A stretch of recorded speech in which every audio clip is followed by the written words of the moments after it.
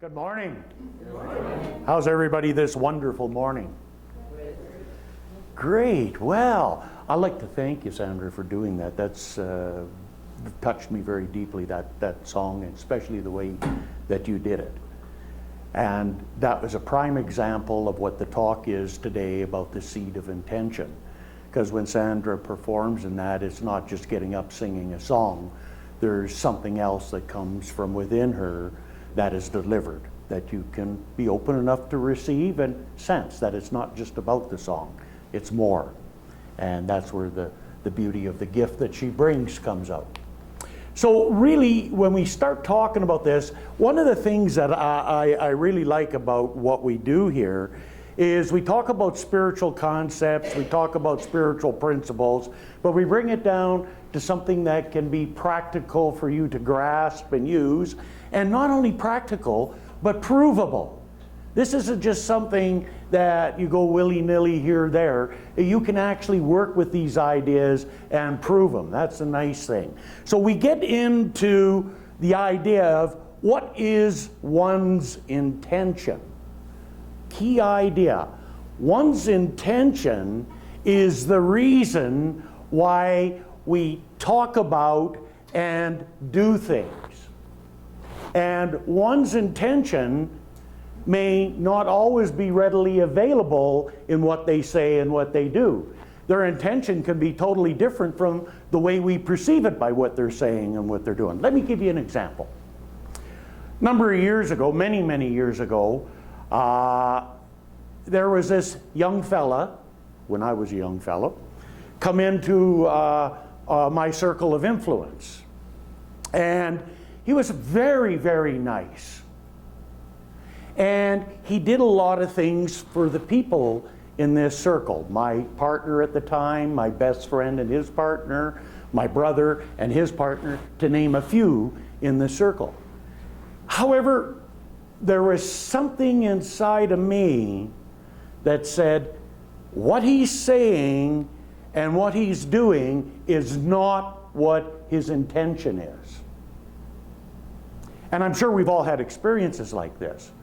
And so I checked out a few things and found out some additional information. And I went to my partner and my best friend and his partner and my brother and that, and I said, look, what you're seeing and experiencing is not all that there is that's going on. There's something else going on. And I was actually chastised, and people got really mad at me for even insinuating that. I said, okay, well, you know, I've said what I've said. And then I went and had a chat with the individual. And I had a one-on-one with him separate, saying, look, I see all of this and this is nice. However, I do know more about you and what your intention is. And of course, he didn't know what to say and fumbled about it. I just said, I'll be watching. And surely, down the line, what happened was every one of those people, within a few days, all got something stolen from them of value, and then that person just disappeared. I'm sure I'm not the only one that's had that experience with someone. What they said and what they did was not what their intention was. Whether that intention's conscious or unconscious, that's not what their intention is. So intention is the why behind what we say and what we do. And intention is what coats the seed that will bring into our experience those results. So that's what I want to explore a little bit more, is this idea. Now, Dr. Holmes, he wrote, the law of mind is man's access to the original creative genius of the universe and has no intention for us other than the intention we give to it. So there's no hidden agenda here with God or with the power within us and through us. The only intention is to give us the ability to put our intention into it and then receive back from it. A little bit about how it works. In another area of the Science of Mind book, Dr. Holmes said, a good psychological balance is struck when the will and the emotions are rightly poised. That's when the intellect first decides what the emotions are to respond to. After the intellect has made this decision, then the imagination is called into play and the game of living commences. It is the office of the will to determine that to which the imagination is to respond. And so with this, we can focus on any circumstance, any situation, any desire that we want, and that will begin to bring to us all kinds of ideas about that. And as we fuel it, our imagination goes to work. So has anybody, I had this happen to me just the day before yesterday. I had a call left on my cell phone from the Stampeder Football Club wanting to talk to me about my account. And right away, okay, talk to me about my account. Right away I'm going, okay, what did I do wrong? What's this about? And then my imagination started to go to work on me. And it went into all these kind of things that were not really favorable outcomes. And then I go, no, let's get this out of the way. So I called, and you know, it had absolutely nothing to do with anything I thought of. So I was catastrophizing and thinking all these things that could possibly be, and all I wanted to do was just know how happy I am. Well, I wasn't happy when you left the message, but I'm a little bit more happier now that I know what it is. So one of the things is we can will whatever we want to put our mind on and how we want to put it on there, then the imagination kicks in. Okay? Everybody knows what I'm talking about with this. Eh?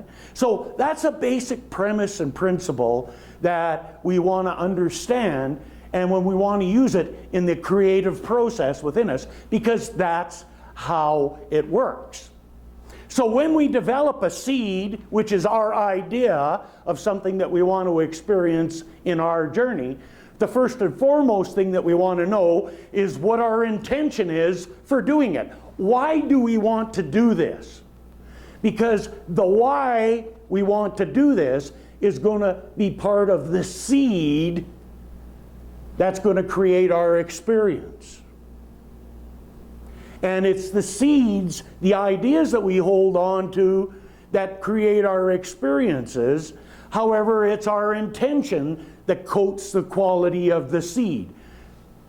It's not genetically modified seeds. These are modified by us at the purest level. So these are organic, okay?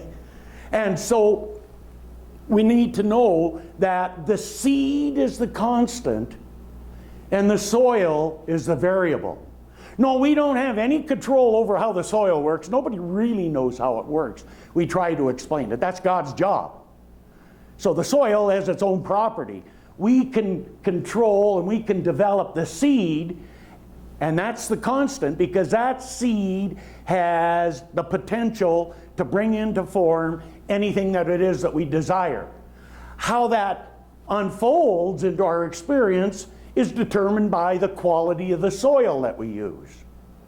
Different types of soil produce different types of results. So we have the ability to work with the variability of the soil, which is the good thing. And one of the things, before I proceed any further, that we have to be very careful with, taking it back to the simplicity of what we know now, if I rush out and I choose that my garden is going to have all peas, it's going to have all peas. If I choose to have corn, it'll have corn. If I choose to have carrots, thistles, stinkweed, and potatoes, that's what it's going to have. Now, I don't know what I want with the thistles and the stinkweed, but some people do plant those. Have anybody have those kind of things come up in your life? Yeah, we do. And that's basically because somewhere within inside of ourselves we've been working with those seeds. So the caution here is be careful what you put in the garden, because it'll grow. That's why there's a lot of things that we need to release and a lot of things that we need to do when we're working with this variability of the soil. So, how do we fertilize the soil? No, it's not getting out in the cow pasture and digging that up, although we do that physically. We're talking, how do we fertilize the soil of our mind? When we've got the seed, the soil is creative automatically, so it's going to grow. What can we do? We fertilize the soil with faith.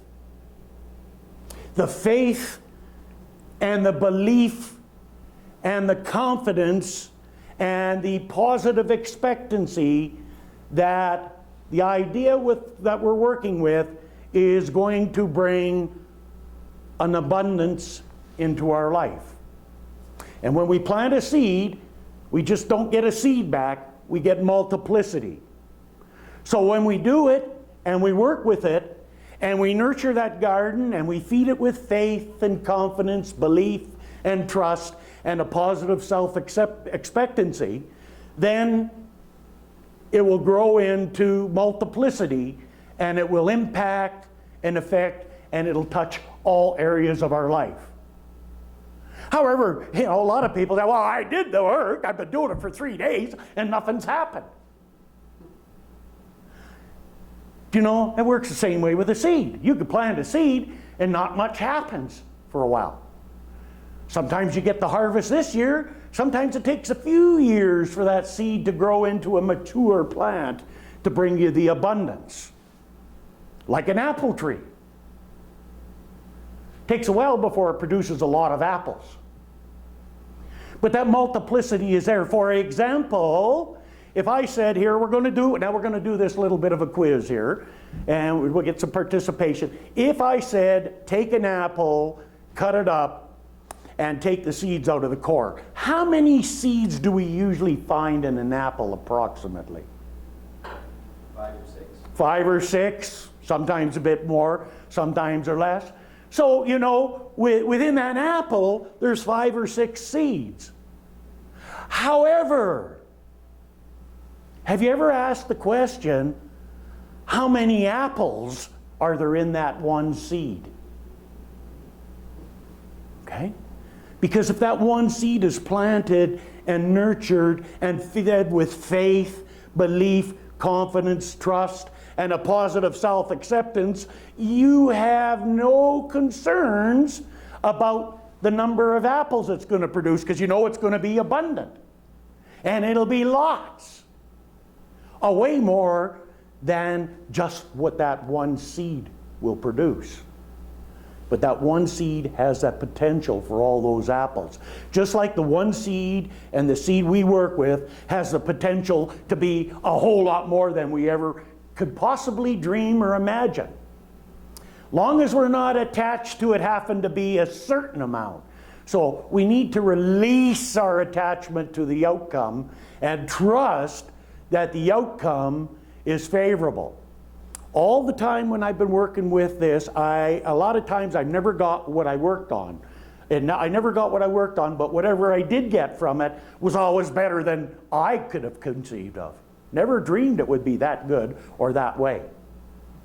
However, when I got the stinking thinking in there and planted a few thistles, the garden is just as good, and it produced a lot of terrible stuff that I didn't really want.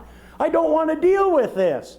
No, but I planted the seed, so what do I expect in my garden, right? So that's the key, is to fertilize your garden. Now the next thing is to pluck from the soil the tares. Tares is a biblical word meaning weeds. We gotta pluck the weeds. So the first weed that you could pluck is the weed of lack in your mind, that there's not enough. Anybody says, I'd like to do it, but there's not enough money? Anybody ever done that? Oh, yeah. We got to get away from that. First off, we don't need money to do things. There's lots of other ways we can get it done. And second off, we're focused in on there not being enough. So what that's adding to the soil is that's adding the thistles. That's adding the stinkweed. It's adding all the stuff that we don't want when we're thinking about not getting what we do want. We've got to pluck doubt.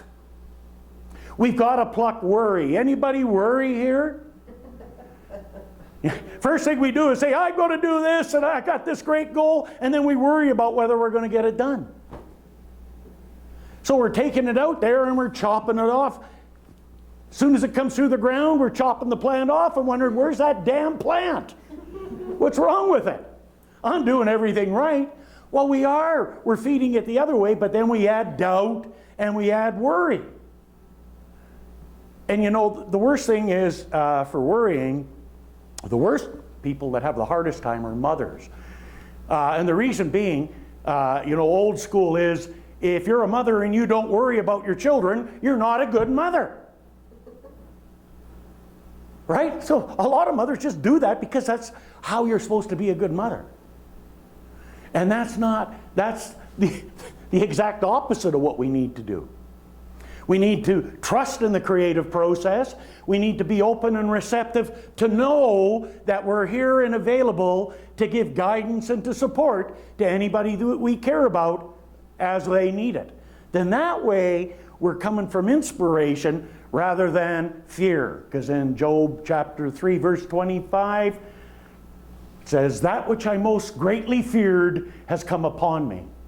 Because that's what was planted into the garden. So our job is to step back and make sure we pluck that stuff. Then the creative process moves forward as it should. And that doesn't mean it's always going to be easy. Of course, there's going to be rough roads. And this is a practice that we need to practice at. I've been working at this 35 years, and I still have to work at it because my garden isn't perfect. You ever seen anybody that are these perfect green-thumbed people out there with that perfect garden? That looks so good, so well grown, and grows so well? But you know what? There's still weeds growing in their garden no matter how good they are. And those weeds have to be tended to. So don't think you're going to do it right all the time the first time. There will be those weeds that sneak in, and our job is to pluck them. And then to constantly move back into the faith, the trust, the confidence, and belief in the creative process. Jesus talked about this a little bit more in this one aspect of the scriptures that he did real well, is when he did the parables, which is at his Sermon by the Sea. And the first one he talked about was the parable of the seed and the sower. And he talked about it. And again, one of the things about parables and stories in the Bible, a lot of them literally are good, solid advice. But he didn't tell them just for that. He told the stories to talk about how we manage inside of ourselves. So in the parable of the seed and the sower, he spoke many things into parables, and the sower went forth to sow. And when he sowed, some seeds fell by the wayside, and the fowls came and devoured them up. And the wayside is like the road, hard packed, so he threw the seeds on there. They couldn't get any root, so the birds came and ate them. Well, that is one type of mind. That is the skeptic, the cynic, the unteachable, the dogmatist, the person that, especially on the spiritual journey, the person that knows that the way they're doing it is right and all the rest of you are going to that other place. Okay? And that's a dogmatist because that's the only way, and that's not true. There are many ways to find the gates to within yourself to experience your spirituality. So we must be open-minded to new ways and new ideas.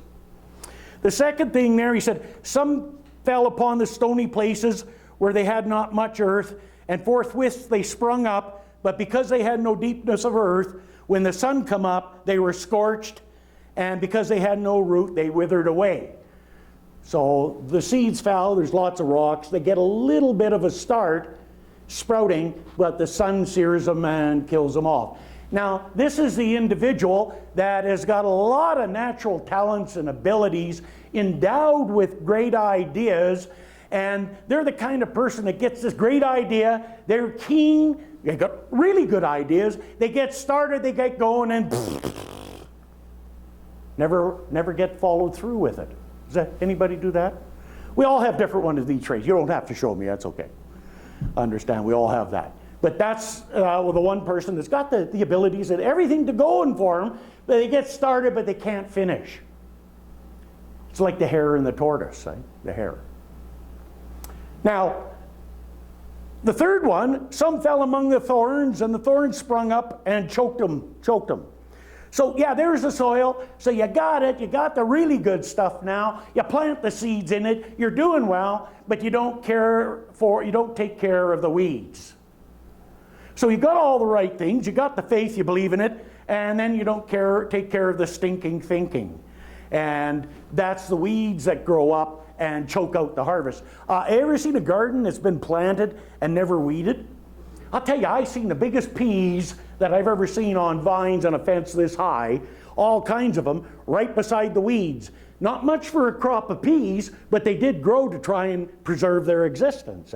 So the garden will grow great with the weeds, but you won't get anything out of it except frustration.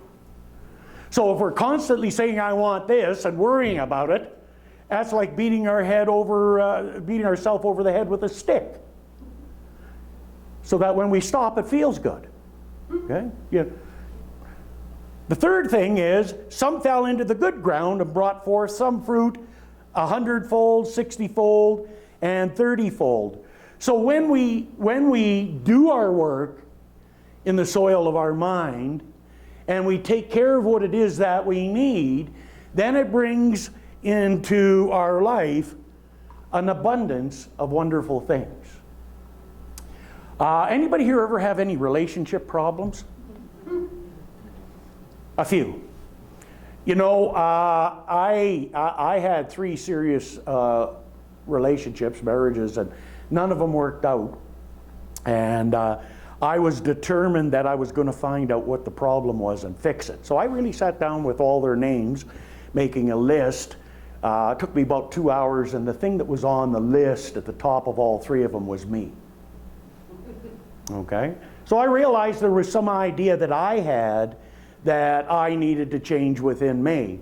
So I abstained from any relationship for about 3 or 4 years and seriously went to work on, okay, what's this that I need to do and I need to look at, and how I need to change my thinking.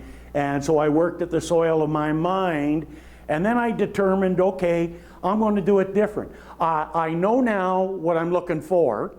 I wanted a connection at a soul level. And I know what I'm looking with. I know what the kind of eyes are I'm looking with. I'm not looking at a physical thing. I'm purely looking in the depths of the eyes of the soul. And that's what I did. I started doing that.